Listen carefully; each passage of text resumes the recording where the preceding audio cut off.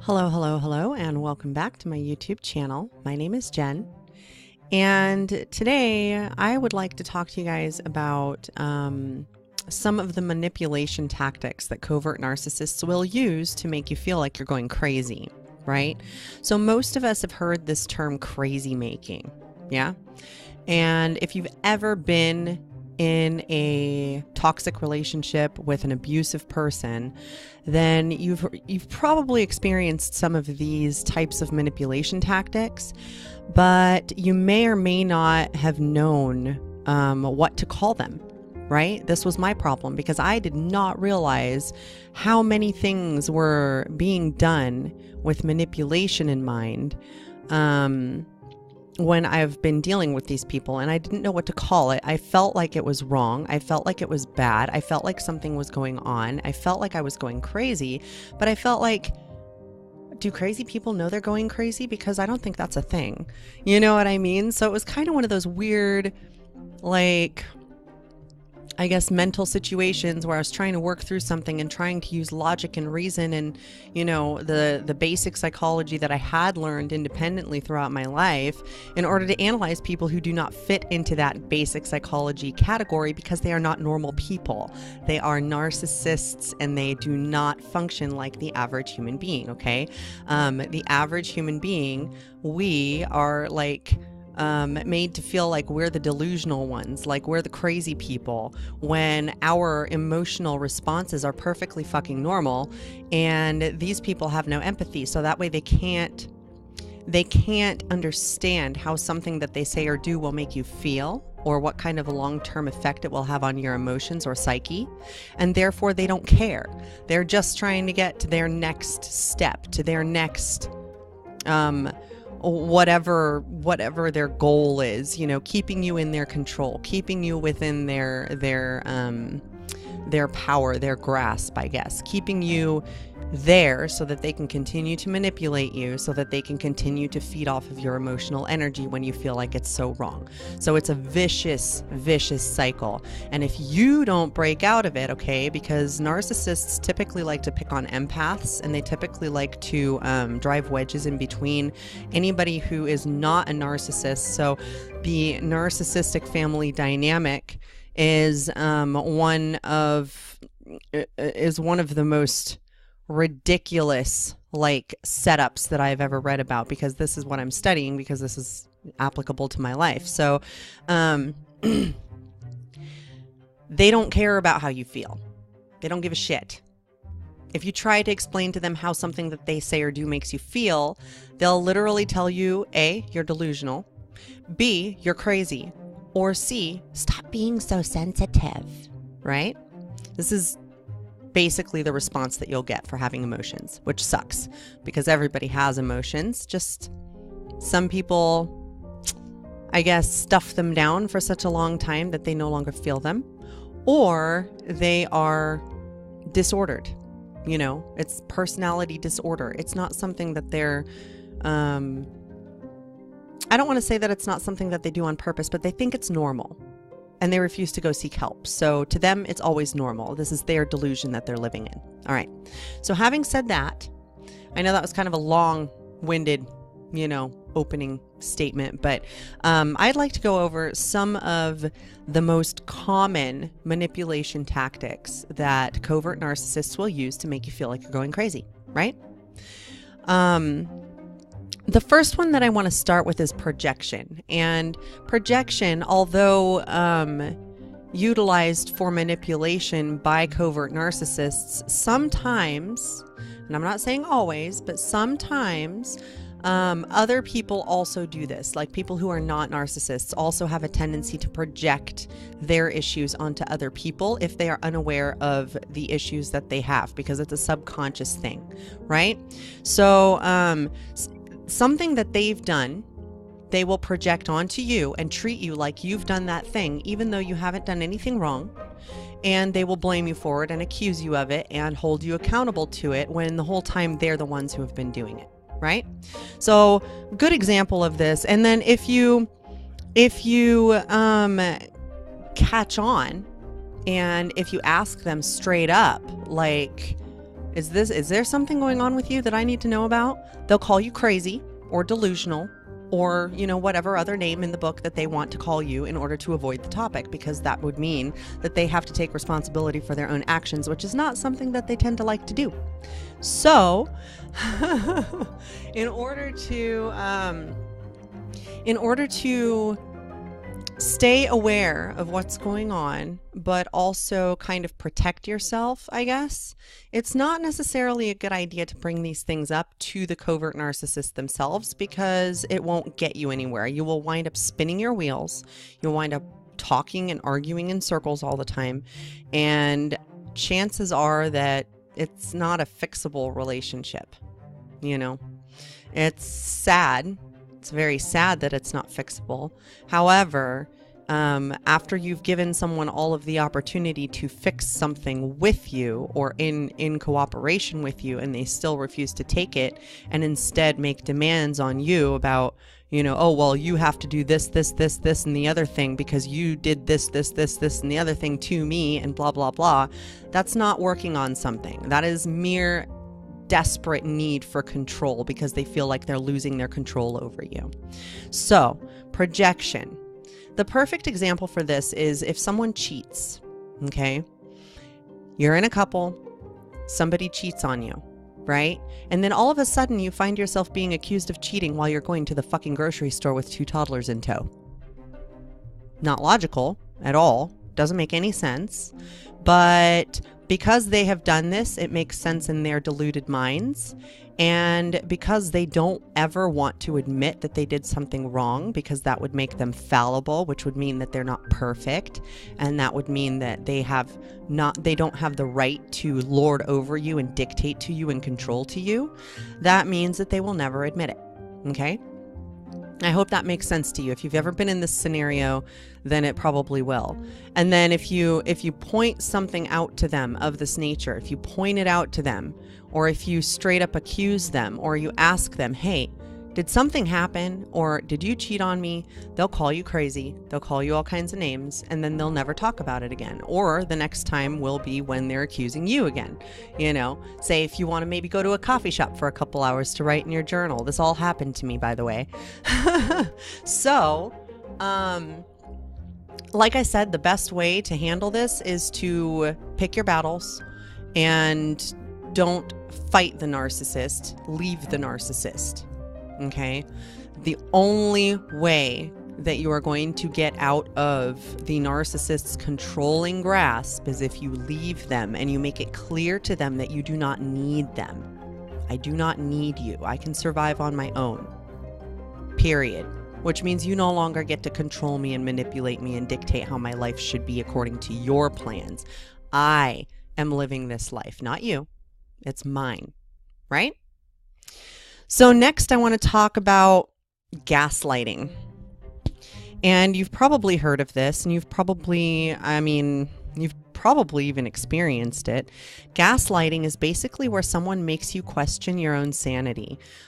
So you could remember something happening a certain way, and they will deny, and tell you that your memory is faulty, and tell you that you don't remember things correctly, and tell you that you're crazy, and tell you that you're delusional, and all this other stuff, and make you doubt yourself, right? And they will specifically and very consistently plant these little seeds of doubt in everyday conversation.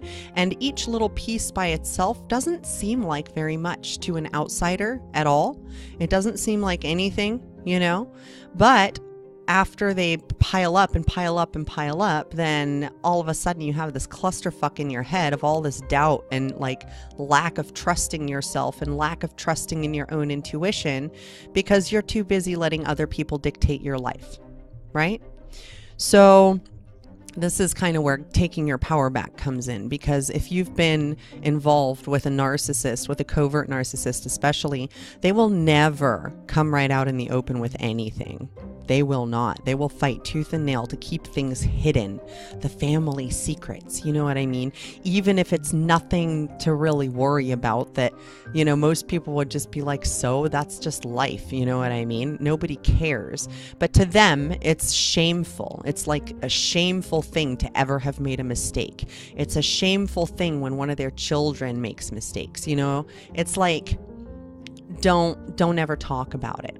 You know, don't ever talk about it. Don't bring it up because it's bad. And that's not good. It's not healthy. Next, I want to talk about shifting blame. So no matter what happens, everything is your fault. Everything. It does not matter how much responsibility falls onto this other person. No matter what it is, everything is your fault. And it's their sob story, and it's their horrible experience, and they got screwed over. And this is very similar to one-upping. Like, if you feel like something, if you, for example, bring up how you feel to the narcissist, right? And you say something to the effect of, well, you know, I feel like my whole life, blah, blah, blah, blah, blah, blah, blah, you know, you've never really cared about me. And every time that I needed you to actually support me or tried to be vulnerable with you in order to get closer and strengthen our relationship, you shot me down. So what am I supposed to think about that? How is that supposed to make me feel? You know what I mean? And I just don't feel like you care. And this person will automatically, almost guaranteed, come back with, well, that's what I'm feeling. Just worse because you did this, that, and the other thing, blah, blah, blah, blah, blah. Right? It's kind of fucked up. Completely invalidates you, right? Completely invalidates your feelings and totally switches the attention back onto them. So blame shifting and shifting the attention, these are both kind of in the same field, you know, in the same category. Triangulation. Lies or altered stories to drive wedges between people, because the narcissist is pulling so many little strings, so many little puppet strings, or trying to, right? So the narcissist needs narcissistic supply, needs emotional energy to feed off of. This is the only way that they can survive, right? So in order to feed off of this emotional energy, they have to continue the drama while not allowing people to talk to each other who are involved in the drama, or making it seem like they're making the decision themselves, in order for them to never get the full story put together, to never communicate about what actually happened. Rather, this side has this story, that side has that story, this side has this story, and nobody is the wiser, right? So one example of this happened very recently, and I did put this particular story into a other video when I was still very angry about it. I'm not really angry about it anymore. I'm just kind of like, wow, I can't believe these shitty people were part of my life. But my daughter, my oldest daughter, had been staying with my brother and sister-in-law and watching their kids, and they got her a phone in order to kind of pay her. Like, they called it a gift and then lorded it over her, and she basically babysat for God knows how long without ever getting any kind of payment. And they took the phone away from her the second she decided to try and fix her relationship with me. So I came back into the picture with her, and we started talking and communicating and trading stories and figuring out what was really going on. And one night, the night after they took her phone away, actually, I went over there and I basically said, hey, we need to hash this out. And it wasn't very nice, you know, the way I brought it up, but I figured that they were both going to be, you know, my brother and sister-in-law were both going to be chicken shits and hiding downstairs. And sure enough, they were. So my oldest and I, we sat up in the living room and we got them out. I knocked some plastic bowls off the banister and they fell onto the stairs. And I said, oops. And of course, later on, that turned into me throwing dishes at people. So this is the kind of over-exaggerated, you know, like catastrophizing everything. But anyway, besides the point. So me and my oldest daughter and my younger brother were talking, and it came out that his wife, my sister-in-law, had told her sister And the only reason I know this is because her sister completely laid into me and attacked me and talked shit at me about how horrible a mother I am after not even talking to me for months and months and months, you know what I mean? And only knowing one part of the story, right? So my sister-in-law had told her sister that my oldest daughter threatened to kill her little cousin, my sister-in-law and brother's son, right? So there's that one. Then she told her husband, my brother, that my oldest daughter had threatened to kill her in her sleep. And what really happened was that the little kid was running around telling people he's going to kill them, which is completely different. It's completely less severe than what this particular person was trying to make it out to be. So this is a great example of triangulation, telling either partial stories to different people or straight up making up lies or stories that are sort of in the same scenario kind of category, but totally different and worse. And we caught her in this triangulation, and my dumbass brother didn't even, I mean, it was just like it didn't matter. You know what I mean? It didn't matter. It was completely like ignored, right? And the damage that it caused was also completely ignored. And that way, nobody has to take responsibility, right? The narcissist still gets to puppeteer everybody because everybody is too scared to bring it up to that person. And they just continue being puppets. I don't like to be a puppet, so that's why I'm the enemy right now. So that's triangulation.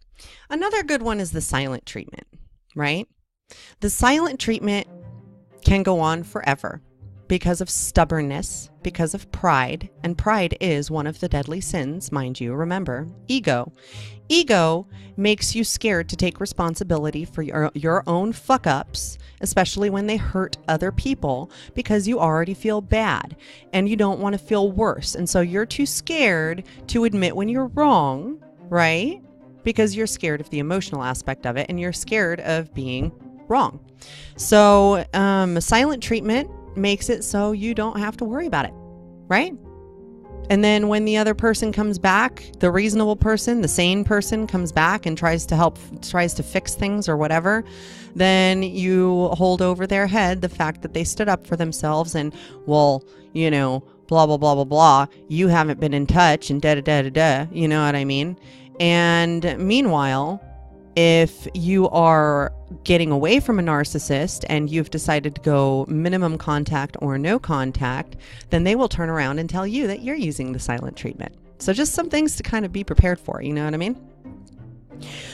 Guilt trips. Guilt trips are a favorite of the covert narcissist because when you can implant extra guilt, you basically make it to where the individual who is being guilt tripped is constantly beating up on themselves about everything, even if it has nothing to do with anything that they've done, right?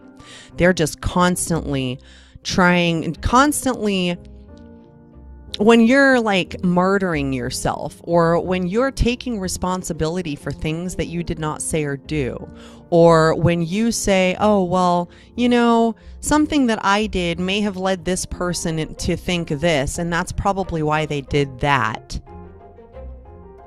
That's not your problem, okay? You're making excuses for this person. It's just at a very covert, subconscious, underlying kind of level. You're still making excuses for an abusive person to continue to abuse you because you want to give them the benefit of the doubt. When you're dealing with a covert narcissist, there is no benefit of the doubt. They have no empathy. They will continue doing all of the things that they have ever done repeatedly because it works for them. And you keep coming back, right? You keep coming back because you want this person to be a good person and you have faith that this person could be a good person, but it's not up to you and it's not your responsibility. It's not my circus, not my monkeys, man. So let's see. 1, 2, 3, 4, 5, 6. All right. So I'm going to do one more, and then I think I'm going to split this video into 2 different videos. So I'm going to do one more, and this is the love bombing technique, right? So once you have kind of gotten fed up and you're done with this whole lying, manipulation, scheming, speculating pile of crap, then they will start being very, very overly nice to you. They will start making you remember the person that they were when you first got together, or when you were, happy at one point, or whatever it might be. And they will use that in order to get you back into a place of pliability, easy to manipulate, because you're full of the benefit of the doubt giving, right? So love bombing, they might send you flowers. They might actually do things for you that you need. They might take you out to fancy dinners. They might buy you things, you know what I mean? Stuff like that. They might be completely loving and doting on you and friendly and nice and spoil you and blah, blah, blah. But that is the honeymoon phase of the abuse cycle. This happens a lot. And I guarantee you that once this phase is over, or they're sick and tired of being nice and they want to get back to business as usual, they will go right back to treating you like shit. So these have been, this has been 7 of the manipulation tactics that I have witnessed firsthand. I'm not going to go into examples for each one of them, just simply because it's not necessary. I feel like I have a good enough grasp on them in order to explain them. But there are 6 more that I just came up with off the top of my head the other day that just kind of all came pouring out. So I am creating these videos in order to help you to determine whether you are with a narcissist or not. And covert narcissists are exactly that. They are covert. They are not out there about their thing. They are not out there about what they want. They literally will be, a covert, okay. So an overt narcissist will be very out there and loud and demanding and not very subtle about what they're doing, right? And they'll make threats and stuff overtly, like they won't hold back.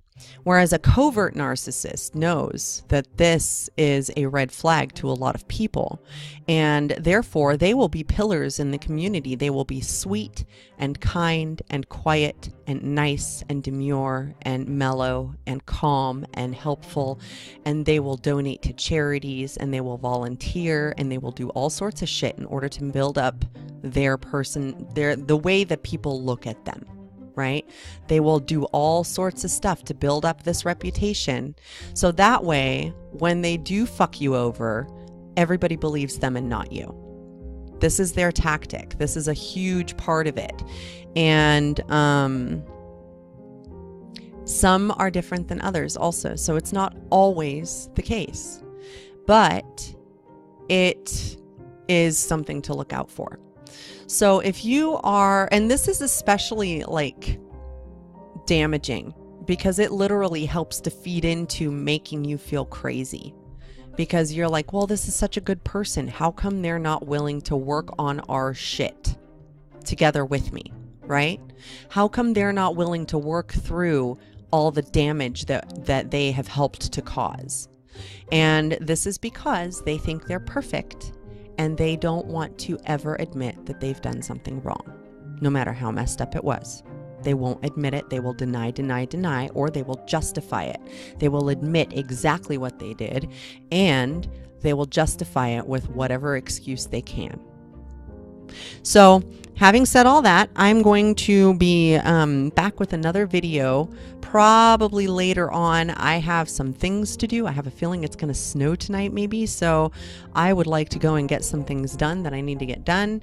And yeah, I'll probably be back with another video about the last 6 that way, unless I come up with another one in the meantime, which could also happen, in which case there'll be another 7. But that way I can share with you all of the manipulation tactics to look out for, some of the more common ones. I'm sure there's tons more, but these are kind of the more common on the surface type manipulation tactics before we get way down deeper into the covert craziness that is narcissism. So I hope that this helps you. I hope that this helps you to recognize some of these manipulation tactics, preferably as they're happening, because this kind of abuse is extremely insidious. It affects your subconscious, it affects your fight or flight, and it affects your emotional center in your brain. So that way you become erratic and kind of crazy and kind of weird and kind of off kilter, just having lived through this for an extended period of time. It's called complex PTSD. So if this is something that you feel like you might be dealing with, please, please, please find help. There are groups on Facebook that you can go into and join. There are support groups that you can join, and there are tons and tons and tons of videos about this on YouTube by people who are like coaches and stuff, which if you are looking for a coach and you wouldn't mind giving me a chance, that's fine too. This is not my main thing right now. I just talk about this because it applies to my life. So I want to help people through my experiences, and that's my whole goal. So I guess if you have any questions or you want to reach out to me, please feel free. I am very, very flexible. I work from home, so it's not really a big deal. And I hope this helps you guys. I hope it helps you to manipulate, or to recognize when you're being manipulated, because it's really, really painful to wake up to it and to see that there's all this information out there on YouTube, and then all of a sudden be like, oh my gosh, how come I never knew about this? How come I never knew about this in order to be able to help myself during the process?